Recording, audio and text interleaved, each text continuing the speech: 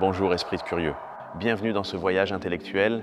Aujourd'hui, nous allons déconstruire l'une des idées les plus ancrées dans notre culture, une idée que nous avons probablement tous apprise à l'école de la même manière, presque comme un dogme incontestable qui définit le progrès de l'humanité et de l'art. Quand vous pensez à la Renaissance, quelle image vous vient à l'esprit? C'est sûrement l'Italie du XVe siècle, avec des génies comme Léonard de Vinci et Michel-Ange, le mécénat des Médicis et un florissement des arts et des sciences qui a sorti l'Europe de la prétendue obscurité médiévale. Mais et si je vous disais que cette image n'est qu'une pièce d'un puzzle bien plus vaste et fascinant? Et si cette explosion de pensée centrée sur l'être humain, ce que nous appelons l'humanisme, n'était pas un événement exclusivement européen, mais un phénomène mondial qui se déroulait en parallèle partout sur la planète? Avant de commencer, je voulais vous dire un mot sur les images que vous voyez. Pour donner vie à cette narration, j'ai utilisé des outils d'intelligence artificielle pour les générer.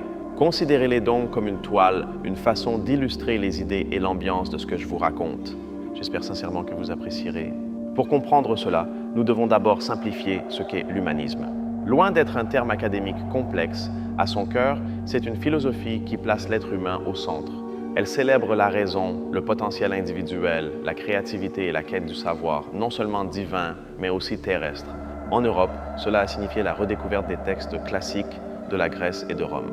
Les penseurs de la Renaissance y ont vu un modèle de société centré sur la logique humaine et la beauté, un idéal qu'ils voulaient en le faire revivre. Mais la clé ici est de redécouvrir leurs propres classiques. Pensez-y bien, c'est ça la clé. Le récit traditionnel nous dit que, pendant que l'Europe s'éveillait, le reste du monde restait statique ou en déclin. Cette vision, connue sous le nom d'eurocentrisme, est non seulement limitée, mais elle ignore complètement les révolutions intellectuelles vibrantes qui se produisaient sur d'autres continents. Voyageons d'abord en Chine sous la dynastie Ming, contemporaine de la Renaissance italienne. Là, un penseur nommé Wang Yangming menait une révolution philosophique qui allait changer l'Asie pour toujours. Son école de pensée est connue sous le nom d'école de l'esprit ou du cœur. Wang Yangming proposa une idée radicale. Il soutenait que le savoir universel et la morale ne se trouvaient pas dans des textes anciens externes, mais à l'intérieur de l'esprit de chaque individu. La vérité et l'action, disait-il, étaient une seule et même chose. C'est ce qu'on appelle l'unité de la connaissance et de l'action. Pensez-y un instant, c'est une forme d'humanisme pur. Elle place la conscience individuelle et l'introspection au centre de l'existence. C'est un appel à chaque personne à faire confiance à sa propre boussole morale et à sa capacité à comprendre le monde. N'est-ce pas incroyablement moderne et émancipateur? Les disciples de Wang Yangming ont poussé ces idées encore plus loin, remettant en question les hiérarchies confucéennes traditionnelles et promouvant une forme d'individualisme qui valorisait l'expérience personnelle au-delà du dogme. Un climat de débat intellectuel intense s'est créé dans toute la Chine. Maintenant, portons notre regard vers le sud, vers l'empire moghol en Inde, qui a également prospéré durant cette même époque. Ici, l'humanisme ne s'est pas tant exprimé dans la philosophie pure, mais dans une explosion de poésie, d'art et une politique de syncrétisme religieux sans précédent. L'empereur Akbar le Grand, par exemple, était une figure fascinante. Bien qu'analphabète, il nourrissait une profonde curiosité pour toutes les religions et philosophies. Il a créé une cour où des érudits musulmans, hindous, chrétiens et jaïns débattaient librement de la nature de Dieu et de la vérité. De ces débats est née une nouvelle foi syncrétique, c'est-à-dire un mélange de plusieurs croyances, appelées Din-i-Ilahi ou la foi divine. Bien qu'elle n'ait pas duré, son intention était purement humaniste, cherchant à trouver les valeurs universelles qui relient toute l'humanité au-delà des différences doctrinales. La poésie de cette époque, écrite en persan et d'autres langues locales, reflétait également cet esprit. Des poètes comme Kabir et plus tard Ghalib ont exploré des thèmes d'amour, de doute et de l'expérience humaine individuelle avec une profondeur qui rivalise avec celle de n'importe quel sonnet de Pétrarque ou Shakespeare. Ces poètes utilisaient souvent un langage qui défiait l'orthodoxie religieuse, suggérant que la connexion avec le divin était une expérience personnelle et intime, non médiatisée par des institutions. Ils célébraient l'être humain dans toute sa complexité, avec ses passions et ses contradictions. Mais l'histoire ne s'arrête pas en Asie. Maintenant, préparons-nous à traverser les continents et à nous plonger dans l'un des chapitres les plus injustement oubliés de l'histoire intellectuelle, celui du continent africain. Pendant qu'à Florence le Dôme était en construction, au cœur de l'empire du Mali et plus tard de l'empire Songhai, une ville brillait comme un phare de connaissance. Son nom était Tombouctou. Ce n'était pas un simple comptoir commercial poussiéreux, c'était l'une des grandes capitales intellectuelles du monde. Tombouctou abritait la prestigieuse université de Sankoré, qui n'était pas un bâtiment unique, mais une collection d'écoles indépendantes. Les érudits et étudiants du monde islamique entier s'y rendaient pour étudier le droit, la théologie, l'astronomie, les mathématiques et surtout pour débattre. Les manuscrits de Tombouctou, dont des centaines de milliers subsistent aujourd'hui, sont la preuve de cette incroyable activité intellectuelle. Ils contiennent non seulement des copies du Coran, mais aussi des traités d'éthique, de droit, d'optique, de botanique et de philosophie qui démontrent une foi profonde en la raison humaine. L'un des plus grands érudits de cette tradition fut Ahmed Baba al-Massoufi. C'était un juriste, biographe et écrivain incroyablement prolifique. Son œuvre était centrée sur la loi islamique, mais son approche était profondément humaniste, cherchant toujours la justice et la raison au sein de la tradition. Ahmed Baba et ses contemporains croyaient que la connaissance était le chemin vers une société plus juste et ordonnée. Il défendait l'importance de l'éducation pour tous et valorisait le débat intellectuel comme outil principal pour atteindre la vérité. Un pilier de la pensée humaniste dans n'importe quelle culture. Ce qui est fascinant dans la tradition de Tombouctou, c'est que, tout comme les humanistes européens, ils valorisaient énormément leurs propres classiques, qui dans ce cas étaient les grandes œuvres du monde islamique. Mais ils ne se limitaient pas à les copier, ils les interprétaient, les débattaient et les élargissaient avec leur propre intellect. Alors, qu'avons-nous ici ? En Chine, un mouvement qui valorise l'esprit individuel comme source de vérité. En Inde, une célébration de l'expérience humaine à travers la poésie et le syncrétisme. En Afrique, un centre d'érudition basé sur la raison et la loi. 3 continents, 3 humanismes. La question inévitable est, y a-t-il eu un dialogue direct entre eux ? Se sont-ils lus les uns les autres ? Dans la plupart des cas, la réponse est non. Les distances et les barrières culturelles et linguistiques étaient immenses. Nous ne parlons pas d'une conversation globale unique et connectée comme celle d'aujourd'hui. Cependant, cela rend le phénomène encore plus extraordinaire. Ce que ces mouvements parallèles suggèrent, c'est que l'humanisme n'est pas une invention d'une culture spécifique qui a ensuite été exportée au reste du monde. C'est peut-être une tendance inhérente à l'être humain lorsque les sociétés atteignent un certain niveau de stabilité. Quand il y a la paix, le commerce et des villes prospères, il semble que les esprits humains, partout, commencent à se poser les mêmes questions fondamentales. Qui suis-je ? Quel était mon potentiel ? Comment puis-je créer une société plus juste et plus belle ? Quelle est ma place dans le cosmos au-delà des dogmes ? La Renaissance européenne fut sans aucun doute spectaculaire dans ses réalisations artistiques et scientifiques. Mais en l'appelant la Renaissance avec une majuscule, nous courons le risque de penser qu'elle fut la seule. L'histoire est beaucoup plus riche et polycentrique, c'est-à-dire avec de nombreux centres de pouvoir et d'influence. Reconnaître une renaissance globale, ou mieux encore, de multiples renaissances simultanées, ne diminue en rien le mérite de l'Europe. Au contraire, cela enrichit notre compréhension de l'humanité. Cela nous montre que le désir de connaissance, de beauté et d'autodépassement est un patrimoine universel. La prochaine fois que vous entendrez parler de la Renaissance, souvenez-vous de Wang Yangming méditant sur l'esprit, des poètes moghols chantant l'amour universel et des sages de Tombouctou défendant la raison. Rappelez-vous que l'éveil de l'humanité fut un chœur, pas la chanson d'un soliste. Cette approche globale nous oblige à réévaluer non seulement l'histoire, mais aussi le présent. Elle nous aide à voir les connexions culturelles, non pas comme une menace, mais comme la continuation d'une conversation que l'humanité a eue avec elle-même pendant des siècles, à travers de vastes océans et déserts. L'idée qu'une seule civilisation ait le monopole du progrès est une fiction dangereuse. La véritable histoire, l'histoire complète, nous enseigne que le génie humain a fleuri sur de nombreux sols et sous de nombreux soleils. La diversité de la pensée est notre plus grande force en tant qu'espèce. Ainsi, en étudiant ces autres formes d'humanisme, nous n'apprenons pas seulement sur le passé. Nous obtenons des outils pour construire un avenir plus inclusif. Nous comprenons qu'il existe de nombreuses façons d'être humain et que chaque culture a une pièce essentielle du puzzle à nous offrir à tous. L'humanisme de la dynastie Ming, avec son accent sur l'introspection, nous enseigne l'importance de la connaissance de soi. Dans un monde rempli de distractions externes, cette idée de trouver la vérité en soi est plus pertinente que jamais. C'est un appel au calme et à la réflexion. Le syncrétisme de l'Empire moghol, quant à lui, nous offre une puissante leçon sur la tolérance et le dialogue interreligieux. La quête d'Akbar d'une vérité commune à toutes les confessions est un modèle pour un monde souvent divisé par le dogme et l'intolérance. Cela nous montre que l'unité est possible. Et la tradition académique de Tombouctou nous rappelle le pouvoir de la connaissance et de la raison pour construire des sociétés justes. Leur foi en ce que l'éducation et le débat rigoureux sont la base de la loi et de l'éthique est un pilier fondamental pour toute démocratie qui aspire à être vraiment juste. Il ne s'agit pas de créer une compétition entre civilisations, de se demander qui a fait mieux. Il s'agit d'élargir notre définition de ce qui compte comme histoire. C'est passer d'une vision linéaire et unique à un réseau complexe et magnifique d'histoires humaines interconnectées et parallèles. Par conséquent, la Renaissance n'est pas seulement un âge d'or de l'Italie. C'est un témoignage global de l'esprit humain. C'est la preuve que dans différents coins du monde, les gens, poussés par la curiosité et l'espoir, ont décidé de regarder en eux-mêmes et vers le ciel et de réimaginer leur place dans l'univers. Cette perspective nous libère d'une hiérarchie culturelle. Aucune culture n'est intrinsèquement supérieure. Toutes ont contribué à la grande tapisserie de l'expérience humaine.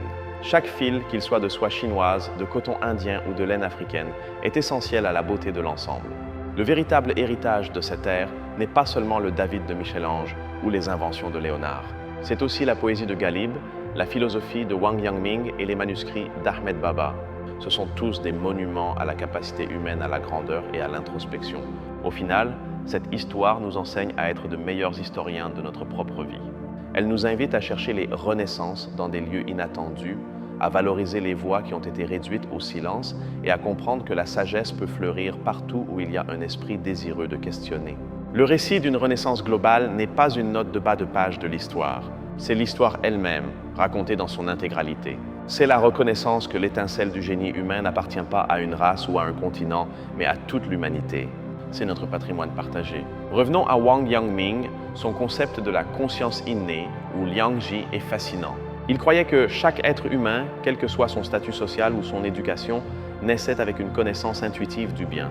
L'éducation ne consistait pas à apprendre quelque chose de nouveau, mais à nettoyer la poussière qui cachait cette connaissance. Cette idée a donné du pouvoir aux gens ordinaires.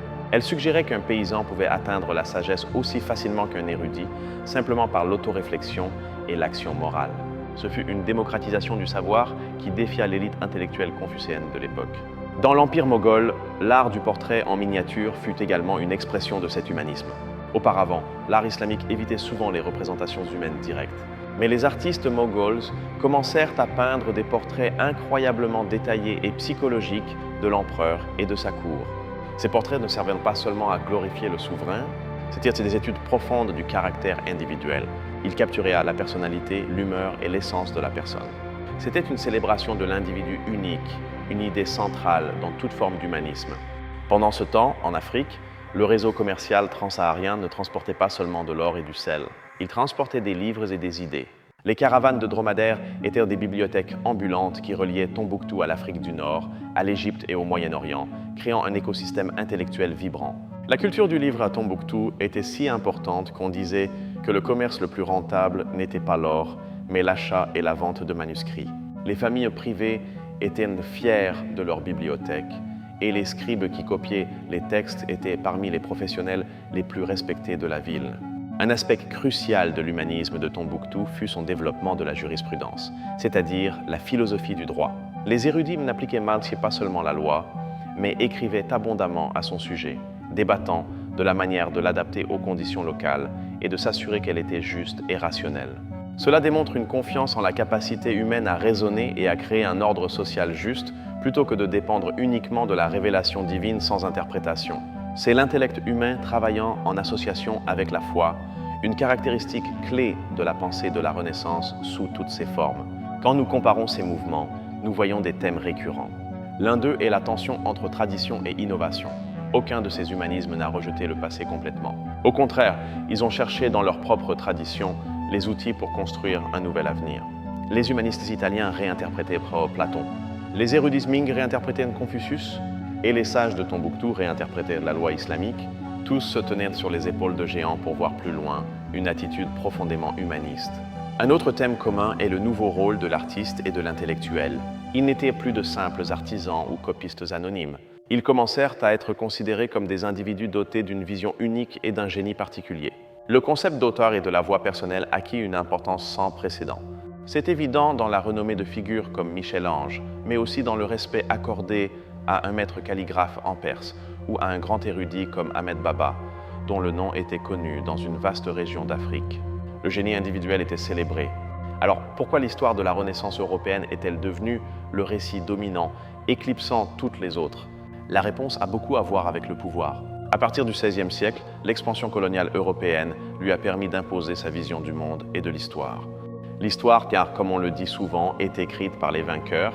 Le récit d'une unique renaissance qui a émergé en Europe et a ensuite illuminé le reste du monde s'accordait parfaitement avec la justification idéologique du colonialisme. Il présentait l'Europe comme le moteur du progrès humain. Décoloniser l'histoire ne signifie pas effacer les réalisations de l'Europe. Cela signifie simplement faire de la place à la table pour les autres invités qui ont également participé au banquet de l'histoire. C'est corriger une omission et présenter un récit plus précis, complexe et franchement plus intéressant. Par exemple, le terme même de Renaissance, qui signifie renaissance, implique qu'il y a eu une mort préalable, le Moyen Âge. Mais cette idée d'un âge sombre est une construction très spécifique de l'histoire européenne. Elle n'a pas de sens à l'appliquer à la Chine, à l'Inde ou à l'Afrique, qui ont eu leurs propres âges d'or. La dynastie Song en Chine, par exemple, qui a précédé les Ming, fut l'une des époques de plus grande innovation scientifique de l'histoire humaine. L'imprimerie, la poudre à canon et la boussole y furent développées des siècles avant qu'elles n'arrivent en Europe. On pourrait difficilement appeler cela un âge sombre. De même, l'âge d'or de l'islam, entre les 8e et 13e siècles, a préservé et étendu les connaissances grecques que les Européens redécouvriraient plus tard. Des érudits comme Avicenne et Averroès furent des géants intellectuels dont les travaux furent fondamentaux pour la Renaissance européenne elle-même. Ainsi, l'histoire est moins une ligne droite qu'un réseau d'influences. La connaissance circule, se transforme et s'adapte. La Renaissance européenne n'est pas sortie de nulle part, mais faisait partie d'une conversation globale beaucoup plus ancienne, bien que souvent non reconnue comme telle. Au final, cette vision plus large et globale de la Renaissance nous offre une leçon d'humilité. Elle nous rappelle qu'aucune culture n'est une île. Nous sommes tous connectés, et le progrès dans une partie du monde dépend souvent d'avancées qui se sont produites ailleurs et à un autre moment. Cela redéfinit également ce que signifie être moderne. La modernité n'est pas un club exclusif inventé en Europe. Les idées que nous lui associons, comme l'individualisme, la raison et le scepticisme, sont apparues sous de multiples formes dans différentes cultures tout au long de l'histoire. Le poète persan Omar Khayyam, qui vécut bien avant la Renaissance, écrivit avec un doute et un hédonisme qui sonnent incroyablement modernes. Il remit en question l'au-delà et prôna la jouissance de l'ici et maintenant. N'est-ce pas là un sentiment profondément humaniste? Au Japon, pendant la période Muromachi, l'esthétique du wabi-sabi s'est développée. C'est une vision du monde centrée sur l'acceptation de la transience et de l'imperfection. Elle valorise la beauté des choses modestes et humbles. C'est une autre forme d'humanisme, une qui trouve la beauté dans l'expérience humaine réelle. Chacune de ces traditions offre une perspective unique sur la condition humaine. En les étudiant ensemble, nous obtenons une vision stéréoscopique, une image tridimensionnelle et beaucoup plus riche de ce que signifie être une personne pensante, créative et curieuse dans ce monde. Cette connaissance n'est pas seulement pour les universitaires. Elle a un impact réel sur la façon dont nous nous voyons et voyons les autres. Si un enfant d'ascendance africaine ou asiatique apprend que ses ancêtres ont aussi été les protagonistes de grands éveils intellectuels, cela renforce son identité et son sentiment d'appartenance. Et pour ceux d'ascendance européenne, cette histoire offre une vision plus riche et moins isolée de leur propre héritage. Elle montre que leur culture a fait partie d'une conversation globale, pas seulement une source d'illumination. Elle encourage la connexion plutôt que l'exceptionnalisme. Ainsi, l'histoire de la Renaissance globale est en fin de compte une histoire d'espoir. C'est l'histoire de comment, malgré les énormes différences, les êtres humains à travers le monde ont partagé une impulsion fondamentale, celle de se comprendre eux-mêmes et d'améliorer leur monde par la raison, l'art et l'empathie. Le défi pour nous aujourd'hui est de poursuivre cet héritage. C'est de continuer à construire des ponts de compréhension entre les cultures, de rester curieux des histoires des autres et de reconnaître que la sagesse n'a pas un seul accent ni une seule couleur de peau. Elle est universelle. L'humanisme n'est pas quelque chose qui a été accompli dans le passé et qui est maintenant simplement étudié. C'est un projet continu. C'est la tâche quotidienne de choisir la raison plutôt que le préjugé, la curiosité plutôt que la peur et l'empathie plutôt que l'indifférence. C'est un choix que nous pouvons tous faire. La prochaine fois que vous visiterez un musée d'art, regardez au-delà des salles européennes. Cherchez les miniatures mogholes, la calligraphie chinoise, les sculptures africaines. Dans chacune d'elles, vous trouverez une expression unique et puissante du même esprit humaniste que nous célébrons lors de la Renaissance. Ce faisant, non seulement vous apprendrez sur d'autres cultures, mais vous en apprendrez davantage sur vous-même. Parce que chacune de ces œuvres d'art est un miroir qui reflète une facette différente de notre humanité partagée, une pièce de la grande mosaïque de ce que nous sommes. L'histoire est un outil puissant. Elle peut être utilisée pour construire des murs ou pour les abattre. En racontant l'histoire d'une renaissance globale, nous choisissons d'abattre les murs qui nous séparent et de construire une compréhension plus profonde et plus respectueuse de notre famille humaine. En résumé, la Renaissance ne fut pas un événement unique et localisé. Ce fut une vague de pensée humaniste qui s'est levée sur différentes côtes du monde Le fait qu'ils ne se connaissaient pas ne diminue pas leur importance, mais l'augmente, révélant une vérité universelle sur nous. La preuve de ces renaissances parallèles est là, dans les manuscrits, dans la poésie, dans l'art et dans les philosophies de ces cultures. Ce n'est pas un secret, cela a simplement été une histoire qui n'a pas été racontée assez souvent, ni avec l'enthousiasme qu'elle mérite. Comprendre que l'impulsion de questionner, créer et améliorer est universelle nous donne une base commune de respect mutuel. Cela nous montre que, sous nos diverses apparences culturelles, nous partageons les mêmes aspirations fondamentales. Et c'est une connaissance incroyablement puissante. Donc, en conclusion, l'histoire qu'on nous a racontée sur la Renaissance n'était pas un mensonge, mais c'était une vérité incomplète. C'était un seul chapitre d'un livre beaucoup plus grand et passionnant. Et la véritable aventure intellectuelle commence quand nous osons lire le reste des chapitres. J'espère que ce voyage à travers les humanismes du monde vous a ouvert de nouvelles perspectives et vous a inspiré autant de curiosité qu'à moi. L'histoire est vivante et il y a toujours de nouvelles découvertes à faire et de nouvelles connexions à explorer si nous osons regarder. Nous avons vu comment en Chine, l'esprit individuel est devenu la source de la vérité. En Inde, l'art et la foi se sont unis pour célébrer la diversité humaine. Et en Afrique, la raison et la loi sont devenus les outils pour construire une société juste. Toutes des renaissances à part entière. La reconnaissance d'une renaissance globale ne cherche pas à diminuer la grandeur de figures comme De Vinci ou Pétrarque. Au contraire, elle les replace dans un contexte plus large, comme faisant partie d'une constellation globale de génies qui, chacun à sa manière, ont illuminé le potentiel humain. La prochaine fois que vous penserez au progrès humain, n'imaginez pas une seule torche passant de main en main dans une seule direction. Imaginez au lieu de cela de multiples feux s'allumant spontanément dans différentes parties du monde, chacun réchauffant et éclairant à sa manière. Cette vision nous enseigne que les idées les plus profondes sur l'humanité n'appartiennent à personne. Elles appartiennent à tous. Elles sont un écho de notre curiosité partagée, une mélodie qui a été chantée dans de nombreuses langues au fil des siècles. Nous n'avons qu'à apprendre à l'écouter. Et c'est la beauté de l'histoire quand elle est racontée dans son intégralité. Ce n'est pas un monologue, c'est une conversation. Et c'est une conversation où tous, quelle que soit notre origine, avons une place et une voix qui méritent d'être entendues et célébrées par le monde entier. L'idée que le génie et l'illumination peuvent surgir n'importe où est, en fin de compte, un message profondément optimiste. Cela signifie que le prochain grand éveil, la prochaine renaissance, pourrait être en train de se préparer en ce moment même, dans n'importe quel coin de notre monde divers et merveilleux. Un immense merci de m'avoir accompagné dans ce parcours à travers une histoire plus complète et globale.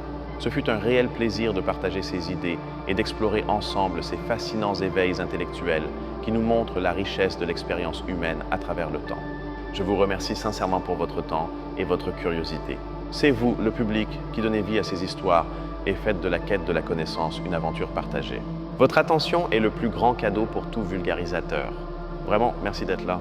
Si vous avez apprécié cette perspective et que vous souhaitez continuer à dévoiler les secrets que l'histoire officielle oublie souvent, n'oubliez pas de vous abonner et d'activer les notifications. Et j'adorerais lire votre avis. Quelle autre renaissance méconnue connaissez-vous? Commentez votre théorie ci-dessous.